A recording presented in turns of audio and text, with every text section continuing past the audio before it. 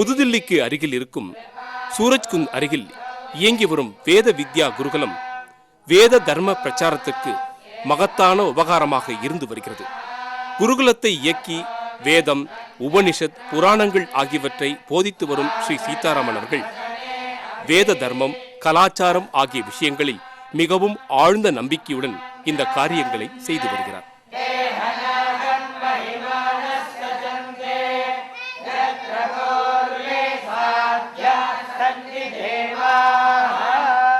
இத்துடன் கூட கம்ப்யூட்டர் போன்ற நவீன விஞ்ஞான கருவிகளால் தன்னுடைய இந்த பிரச்சார கைங்கரியம் நன்றாக நடத்த முடியும் என்ற நம்பிக்கையுடன் செயல்பட்டு வருகிறார். ஸ்ரீ சீதாராமன் அவர்கள் தன்னுடைய இந்த லோகோபகாரமான கைங்கரியத்தில் தன் பெரிய தந்தை ரண்ணிபூத ஆச்சாரிய சுவாமிநாதன் அவர்களை தன் குருவாக ஏற்று அவரிடம் பல சத் விஷயங்களை கற்று வந்தார். ஆச்சாரிய சுவாமிநாதன் வெகு நாட்களாக போற்றி பிரச்சாரம் செய்து வந்து இயற்கை, ஆரோக்கிய, சாஸ்திர தத்துவங்களுக்கு வேத மந்திரங்கள் மூலமாக ஒரு உயிர் மூச்சு கொடுத்து ஆரோக்கிய சாஸ்திர பிரச்சார வேலையை வேத பிரச்சாரத்தின் ஓர் அங்கமாக ஆக்கி அதற்கு ஒரு மெருகு கொடுத்திருக்கிறார். 84 வயதான ஸ்ரீ சுவாமிநாதன் அவர்கள் பிப்ரவரி 20, 2006 அன்று ஆபத் சந்நியாசம் மேற்கொள்ள தன் விருப்பத்தை தெரிவித்து திரு சீதாராமனிடம் சிறிது நேரம் பேசிவிட்டு ஒரு சிறிய மரப்பெட்டியை கொடுத்தார்.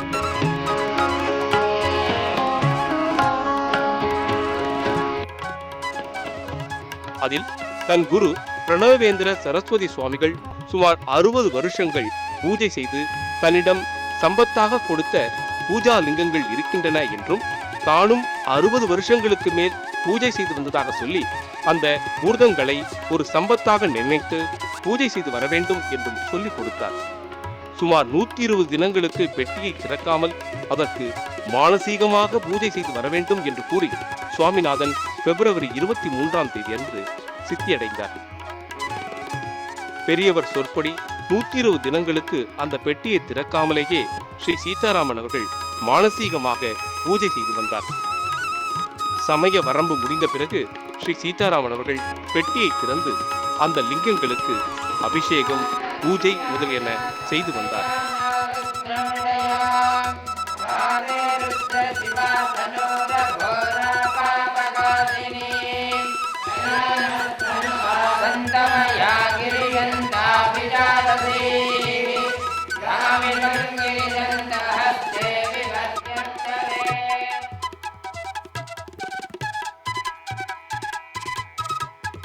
ஒரு நாள் அபிஷேகம் முடித்து சீதாராமன் அவர்கள் லிங்கங்களை துடைத்து வைக்கும் போது ஒன்றை ஒன்று ஆகர்ஷிப்பது போல் தோன்றியது.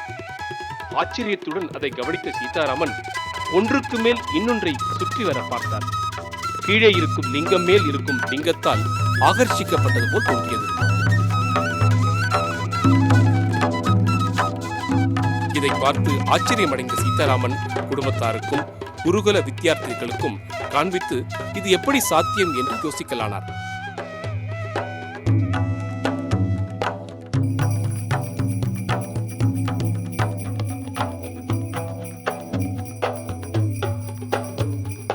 இரண்டு பெரிய மகா புருஷர்கள் வாழ்நாள் பூராவும் பிரம்மச்சரியத்தை கடைபிடித்து மிகுந்த சிரத்தையுடன் பூஜித்து வந்த இந்த லிங்கங்கள் பிராணசக்தி நிறைந்தனவாக இருக்க முடியும் என்று நினைத்த ஸ்ரீ சீதாராமன் விஞ்ஞான ரீதியாக இதற்கு விளக்கம் கிடைக்குமா என்ற முயற்சியில் இறங்கினார்.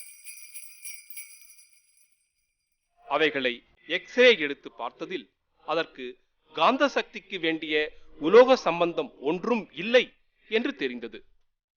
தன் நண்பர் ஒருவரிடம் இருந்து மெட்டல் டிடெக்டர் ஒன்றை தருவித்து லிங்கங்களின் அருகில் கொண்டு போய் பரிசீலித்தார். அந்த விதத்திலும் அதில் உலோக சம்பந்தம் இருப்பதாக தெரியவில்லை.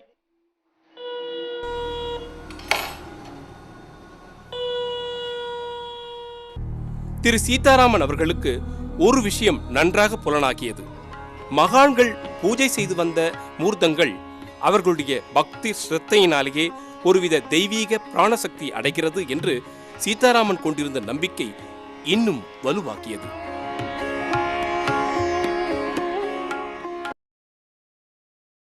அந்த நம்பிக்கையினாலும் மகான்களுடைய ஆசிகளாலும் தான் அந்த லிங்கங்களுக்கு அபிஷேகம், பூஜை முதலியன தான் செய்து வருவதாக சீதாராமன் தெரிவித்தார்.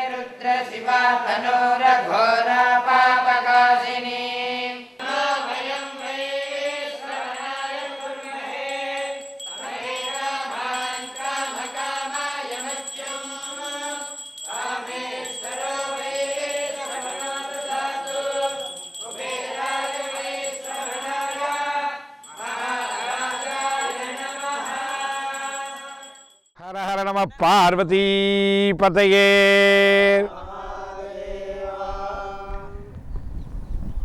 மனித வாழ்க்கை நல்ல மேன்மை அடையணும் அப்படிங்கிறது தான் நம்ம மனித சமுதாயத்தினுடைய முக்கியமான குறிக்கோள். ஒரு மனிதனுக்கு 2 கண்கள் இருந்து எப்படி அவன் வாழ்க்கை தரமாக நடக்குமோ, இல்லாதவனுக்கு எவ்வளோ கஷ்டங்கிறது அவளை கேட்டால் தான் தெரியும். 2 கண்கள் சரியாக இருந்தால் அவன் வாழ்க்கை எத்தனையோ விஷயத்தில் முன்னுக்கு வர முடிகிற மாதிரி பல விஷயங்கள் 2 இருக்க வேண்டியிருக்கு. ஒரு மனிதன் பூர்ணமான வாழ்க்கை அடையணும் அப்படின்னாக்க ஆண் பெண் 2 பேரும் சேர்ந்து வாழ்ந்தால் அதுக்கு குடும்பம்னு பேர். ஆண் பெண் 2 பேரும் சேர்ந்து வாழ்ந்தாதான் குடும்பம். 2 பேரும் ஒத்துமையாக இருக்கணும், 2 பேருக்கும் சம உரிமை இருக்கணும். அப்போ தான் அந்த குடும்பம் சந்தோஷமாகவும் மகிழ்ச்சியாகவும் இருக்கும். இதில் என்ன கவனிக்கணும், ஆண் அப்படிங்கிறவா நிர்வாகம், பெண் அப்படிங்கிறவா பாசம் பந்தம் இதெல்லாத்தையும் சேர்ந்து கொடுக்குறவா.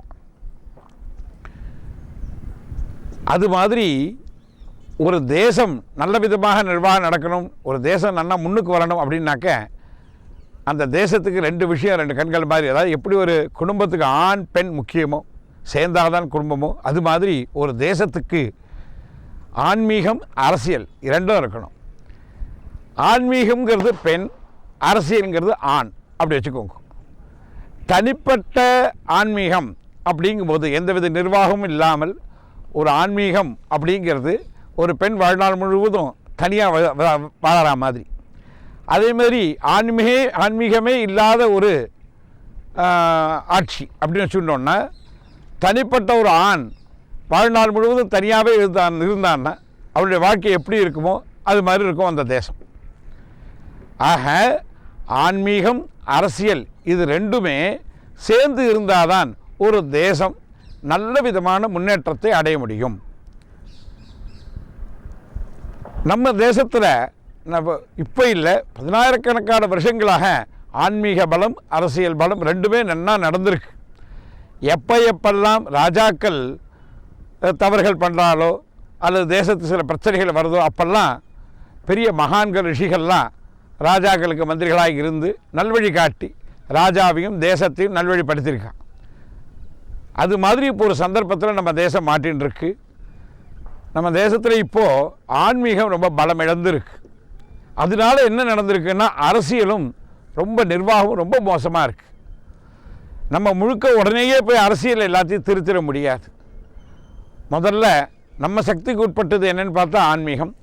மக்களுக்கு நடுவில் தெய்வ நம்பிக்கையையும் அதன் மூலமாக அவங்களுக்கு மன நிம்மதி, தெய்வத்து மேலே ஒரு உபாசனா பக்தி முறை இதெல்லாம் சொல்லி கொடுத்து நன்னெறிப்படுத்தினால் இவங்கள் மூலமாக தான் இப்போது அரசியலே நேர்மையான வழிக்கு வர முடியும்.